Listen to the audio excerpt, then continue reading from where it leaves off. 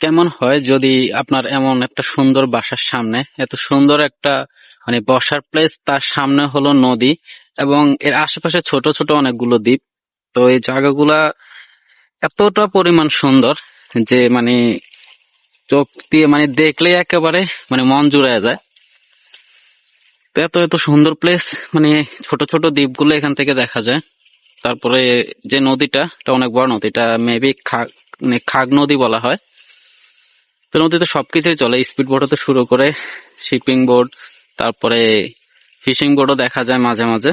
আর এটা হলো আমি যেখানে দাঁড়িয়ে আছি, সেটা হলো একটা ডকইয়ার্ড, ছোটখাটো, মানে প্রত্যেকটা দ্বীপে এবং প্রত্যেকটা বাসার সামনে এরকম ছোট একটা শিপিং ডকইয়ার্ড বা বোট ডকইয়ার্ড দেওয়া আছে এরকম। তো অনেক সুন্দর জায়গাটা। আসসালামু আলাইকুম, হ্যালো এভরিওয়ান। তো আশা করি সবাই অনেক বেশি ভালো আছেন। তো অনেকদিন পরে একটা ভিডিও নিয়ে আসতেছি। তো তেমন ঘুরতে না যাওয়া হলে ভিডিও বানানো হয় না। তো আমার বাসার পাশেই, যেহেতু নতুন আসলাম এখানে নেদারল্যান্ডে, এখানে আশেপাশে ঘুরে দেখতেছি, মানে সম্পূর্ণ একটা গ্রাম্য পরিবেশ, যেহেতু একটা দ্বীপ এটা। তো অনেক বেশি মানে ভালো লাগে আমার কাছে যখন একটা গ্রাম্য পরিবেশে থাকা হয়। এই যে গাছগুলো, এগুলার মধ্যে মানে ইউরোপের বেশ কয়েকটা দেশে তারা রাস্তার পাশে ফল গাছ এবং ফুলের গাছ লাগানো হয়, লাগাই থাকে। আর হলো ম্যাক্সিমাম হয়ে থাকে চেরি ব্লজম বা সাকুরা নামের একটি গাছ থাকে। আর বিভিন্ন ধরনের ফলের গাছ থাকে, আপেল গাছ। তো এগুলো মেবি আমার মনে হচ্ছে আপেল গাছের মতো। তো আমি দুই একটা ফল দেখেছিলাম ওই গাছগুলোতে, আপেলের মতো দেখতে।